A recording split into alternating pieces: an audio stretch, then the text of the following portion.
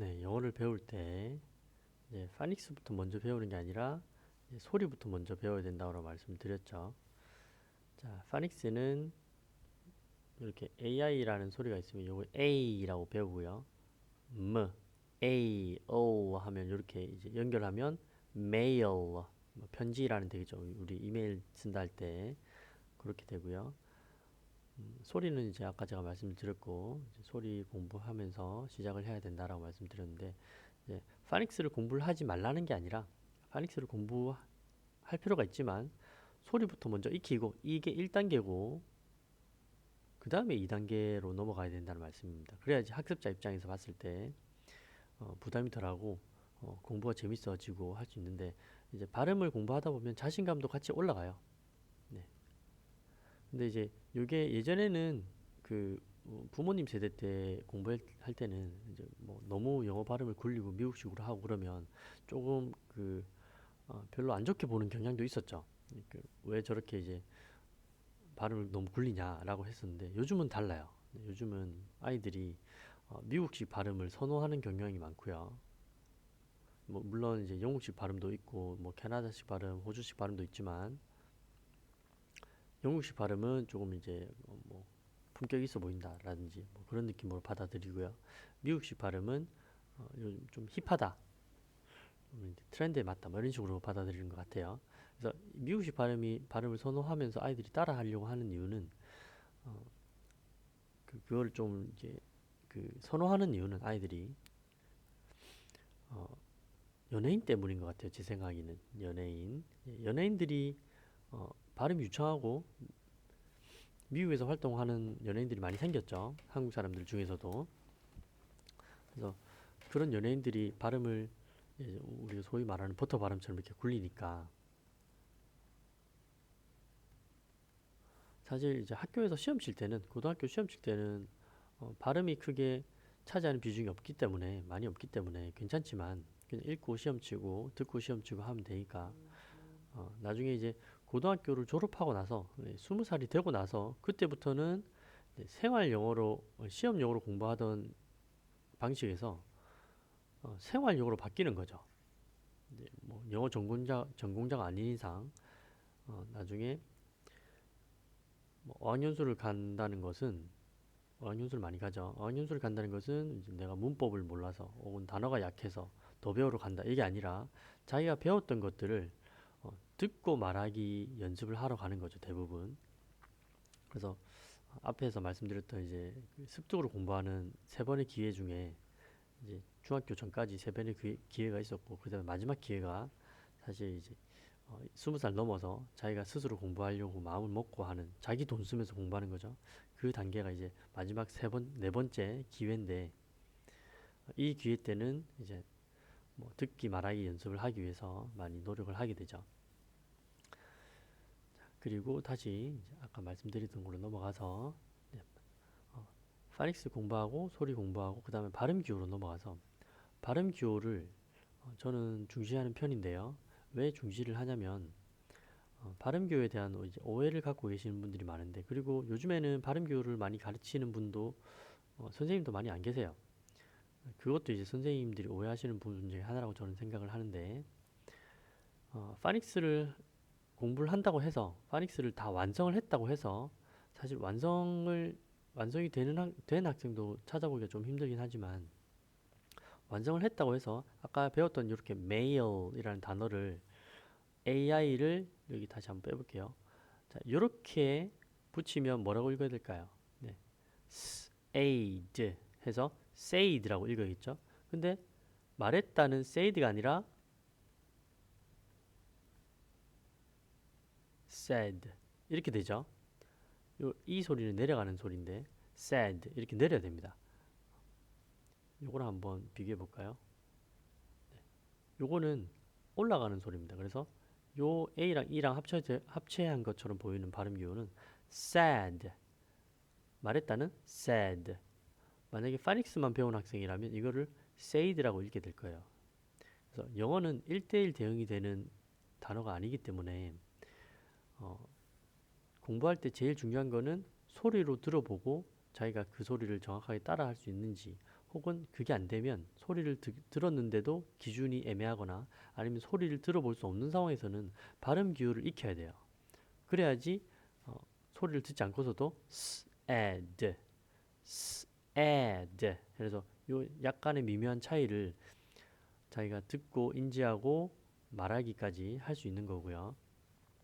그래서 단디 영어에서 공부하는 5학년 이상의 학생들은 발음 기호를 같이 공부를 하게 됩니다. 이게 어려운 게 아니라 대부분 초등 저학년 때 파닉스 공부하고 소리 영어 공부할 때 모음 같은 자음 같은 경우는 대부분 익히기 때문에 모음 몇 개만 더 익히면 돼요. 그러면 딱히 그렇게 힘들지 않게 공부를 할 수 있습니다. 그래서 이렇게 공부를 하고요. 그리고 발음 기호를 제대로 가르친다라고 생각하시면 되는데 이것도 제대로는 또 단디죠, 단디. 자, 그래서 제대로 배우면 되는데 발음 기호를 제대로 배우지 않고 이런 식으로 옛날에 이제 아마 이렇게 배우신 분들이 계실 거예요. 이렇게 삿갓 발음, 이렇게 이 거꾸로 한 발음, 그다음에 여기 C 거꾸로 한 발음. 이제 요즘 아이들한테 이거 보여주면 이게 뭐예요? 이렇게 물어보는데 발음 기호를 배운 적이 거의 없기 때문에 그리고 혹은 배웠다고 하더라도 이거 소리 어떻게 정확하게 내는지 아니라고 하면 이거 전부 다 아니에요? 라고 물어보는 경우가 있습니다. 아니죠. 우리나라 말의 어가 아니기 때문에 소리를 정확하게 배워서 그 소리를 만들어내기까지 훈련이 필요합니다. 일단 가르치는 분이 정확하게 알고 계셔야 되고 이제 학생들마다 틀리는 부분들이 미묘하게 조금씩 다르기 때문에 어느 부분을 틀렸는지 인지를 시켜줘야 되고 인지가 되면 그 다음에 훈련이 돼야 됩니다. 그래야지 정확한 발음이 나오는 거죠. 요거는 우리 하지만이라고 할 때 but에 들어가는 소리고요. 요거는 이거는 이제 우리 법률 할 때 아니죠. 요쪽입니다. 요쪽이 법률이고요. 라 이렇게 입을 크게 벌리면서 오 발음인데 오를 우리나라 말에 오를 약간 입을 더 크게 벌린다고 생각하고 쭉 이어주는 건데 그리고 중간에 있는 요거는 우리 무엇에 대하여라고 할 때 about라고 하죠. 그래서 요 소리는 요거 두 개를 비교해 보면 강하게 터지는 소리지만 얘는 굉장히 약하게 거의 있는 듯 없는 듯 나오는 소리예요. 그래서 이런 것들이 미묘한 차이들을 인지하고 훈련을 하면 나중에 발음 기호만 보더라도 소리를 듣지 않은 상태에서도 비슷하게 소리를 낼 수 있어요. 하지만 제일 좋은 방법은 소리를 듣고 같이 따라하는 겁니다. 그래서 발음 기호는 소리의 보조적인 역할을 할 수 있는 도와줄 수 있는 좋은 기능이다라고 생각을 하시면 되고요. 5학년 이상은 발음 기호를 제가 다 가르치는 이유가 중학교 수업 중에 휴대폰 열어가지고 사전 찾아서 음성을 들어볼 수가 없잖아요. 그리고 중학교 자습서나 뭐 참고서 문제집 이런 데 보면 단어 옆에는 무조건 반드시 발음 기호가 붙어 있습니다. 그걸 보고 읽으란 얘기죠. 근데 발음 기호를 정확하게 읽지 못하거나 아니면 대충 이런 식으로 얼버무리게 배웠다면 발음 기호를 볼 줄 알더라도 잘못 읽게 되는 거죠. 그래서 제대로 익히면 좋고요. 처음부터. 그리고 이제 영어 공부할 때는 듣기, 읽기, 쓰기, 말하기, 문법, 단어 이렇게 있는데 이제 우선순위를 어느 부분에 둘 건지 이거를 이제 학년별로 정해야 됩니다. 그리고 같은 학년이라도 학생이 이제 지금 많은 여유를 두고 시간적인 여유를 두고 공부하느냐 혹은 이제 좀 고학년이 돼가지고 기초가 없는 상태에서 공부하느냐에 따라서 어떤 걸 우선순위로 둘지를 정해야 되고 학생이 어느 정도 인내심을 갖고 있는지 초등학교 1학년보다는 6학년이 더 인내심이 많겠죠. 학교에서 공부한 그 시간들도 있을 거기 때문에 그래서 그거를 보고 이제 우선순위를 정하게 됩니다. 대부분 초등 저학년 학생들은 듣기와 말하기가 우선순위로 들어가고 그리고 이제 학원에서 단디 영어 학원에서는 이제 선생님 직접 이제 발음 강사 자격증을 전문 자격증을 갖춘 선생님께서 코칭을 해주시고요.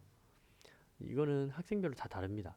왜냐하면 모든 학생들이 똑같은 부분에서 틀리는 게 아니라 각자의 단점이 있는 부분에서 각자가 잘못하는 부분에서 틀리기 때문에 코칭을 개별적으로 다 들어가야 돼요. 그리고 컴퓨터 프로그램도 있기 때문에 EBT 프로그램으로 선생님이 설명해 줬던 부분을 각자 공부를 하면서 인지하고 훈련을 하게 됩니다.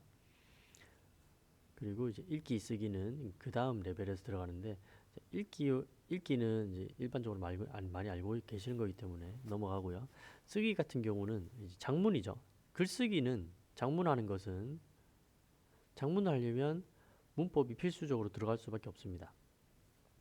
이것도 이제 중학교 아니죠. 초등학교 중학년 혹은 3학년, 4학년 정도 되면 이제 듣기, 말하기 위주의 수업에서 네, 문법과 이제 쓰기 위주의 수업이 조금씩 가미가 되는데 이것도 한꺼번에 그냥 다 바꿔가지고 듣기, 말하기 하다가 이제는 그만하고 쓰기와 문법이 들어가자라고 하는 게 아니라 조금씩 퍼센테이지를 이동하면서 뭐 30, 70, 50, 50 뭐 이런 식으로 조금씩 늘려갑니다. 학습자가 부담스럽지 않게 이것도 조정을 하고 이것도 개별적으로 조정을 합니다.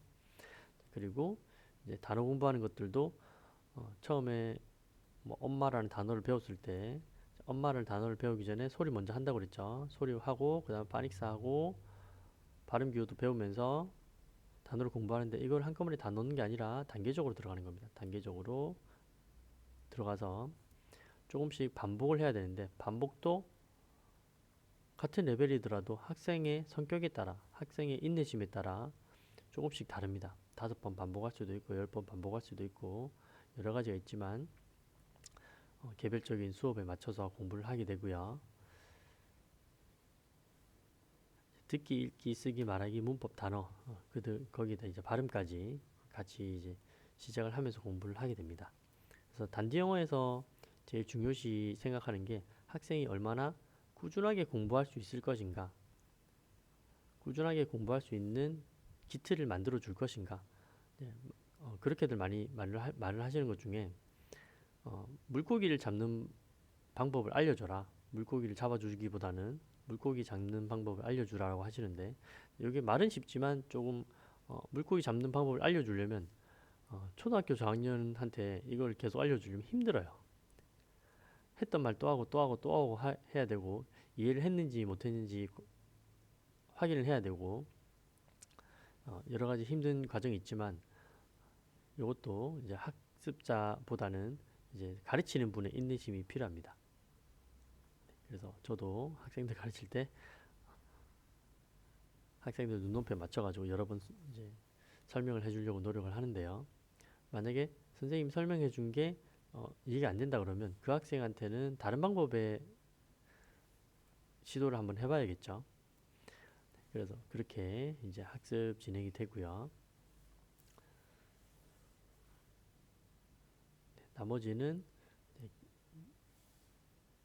개별 상담할 때 다시 안내를 드리도록 하겠습니다. 전체적인 학원 수업 내용들에 대해서 어떻게 가르치는지에 대해서 설명을 드렸는데 이제 교재 설명은 드리지 않았지만 교재를 할 때도 마찬가지입니다. 교재를 1학년 교재가 들어갈 때 첫 달에 10권 정도가 같이 들어가요. 단어도 있고 단어가 한 3, 4개 있고 뭐 노래를 배우는 것도 있고 그다음에 뭐 생활 영어로 공부하는 것도 있고 있는데 거기서는 적는 게 아무도 없어요. 책마다 조금씩 ABCD 모르는 학생은 적어보면서 하는 게 있긴 하지만 대부분 소리로 먼저 듣고 따라하는 과정이고요. 1년 정도는 소리 듣고 따라하게 하고 그 다음에 알파벳 스펠링 외우기가 들어가는데 그것도 오늘 못 외우면 뭐 집에 못 가 이렇게 하는 게 아니라 계속 반복할 거기 때문에 어차피 여러 번 반복하면서 할 거기 때문에 학습자에게 부담을 주지 않고 선생님들이 그 관리를 잘 하면서 계속 가져가면 누구나 다 어떤 단어든지 다 외울 수 있습니다. 근데 그걸 너무 성급하게 오늘 안 하면 안 돼, 이번 달에 안 하면 안 돼라고 하다 보면 이제 그 잠깐 주저앉았다 일어날 수 있는 거를 그냥 코가 찌을 정도로 여기 넘어질 수도 있는 거죠. 자, 그렇게 이해를 하시면 될 것 같고요. 그리고 ABCD 같은 경우는 1년 동안 그럼 ABCD 안 적냐라고 하는 게 아니라 ABCD를 모르는 학생은 이렇게 공책에다가 ABCD를 한 번씩 적어봐요. 하루에 한 번씩. 하루에 딱 한 번씩만 적습니다. 집에서 숙제를 낼 때도 ABC를 A부터 Z까지를 한 번씩 적으라고 하고 물론 이걸 적기 전에는 소리 먼저 A부터 Z까지를 정확한 소리 낼 수 있는지를 한 달에서 두 달 정도 연습을 하는데요. 발음 수업을. 우리나라 소리랑 26개 알파벳 중에 일치하는 소리는 하나도 없기 때문에 이거부터 먼저 하고 그 다음에 A부터 C까지 적는 연습을 같이 하는데 보통 알파벳을 아예 모르고 들어온 학생들도 두 달, 석 달 정도 되면 A부터 C까지를 다 적습니다. 왜냐하면 하루에 한 번씩 나중에 적어 보기 때문에 부담스럽지 않게 계속 적다 보면 반복하다 보면 어느 순간 외워져요.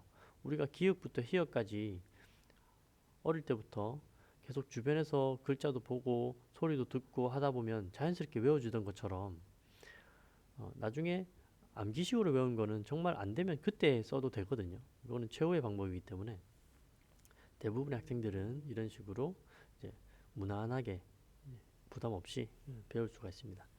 그래서 꾸준하게 차근차근 차곡차곡 이렇게 실력을 쌓으면 초등학교 때 무리 없이 영어가 재미있게 영어의 재미를 느끼면서 고등학교까지 쭉 갈 수 있는 이제 기틀을 마련해 줄 수가 있습니다.